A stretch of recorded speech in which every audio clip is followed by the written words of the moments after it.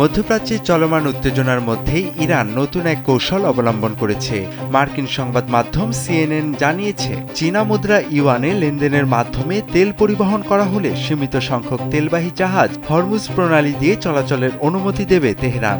এটি ইরানের সম্ভাব্য পরিকল্পনা আছে বলে দাবি করছে সংবাদ মাধ্যমটি। বর্তমানে বিশ্ববাজারে অধিকাংশ তেল বিক্রি হয় মার্কিন ডলারে। তবে নিষেধাজ্ঞার মুখে পড়া রাশিয়ার অপরিশোধিত তেল সাম্প্রতিক সময়ে ক্রমেই রুশ মুদ্রা রুবল এবং চীনা মুদ্রা ইউয়ানে লেনদেন হওয়ার প্রবণতা বাড়ছে। এদিকে রাশিয়ার তেলের ওপর কিছু নিষেধাজ্ঞা শিথিল করায় যুক্তরাষ্ট্রের তীব্র সমালোচনা করেছে জার্মানি। বার্লিন বলছে, এই সিদ্ধান্তের ফলে ইউক্রেন যুদ্ধের অর্থায়নে রাশিয়ার সহায়তা হতে পারে।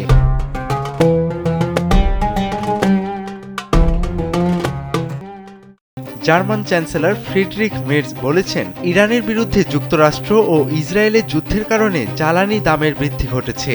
এই পরিস্থিতিতে ওয়াশিংটন ভুল পথ বেছে নিয়েছে। এখন যে কোনো কারণে রাশিয়ার ওপর নিষেধাজ্ঞা শিথিল করা ভুল সিদ্ধান্ত। তিনি বলেন, জার্মান মনে করে যুক্তরাষ্ট্রের এই পদক্ষেপ মারাত্মক ভুল। ইউরোপীয় নেতারা চান না ইরানকে ঘিরে চলমান যুদ্ধকে ব্যবহার করে রাশিয়া ইউক্রেনকে আরও দুর্বল করার সুযোগ পেয়ে যাক।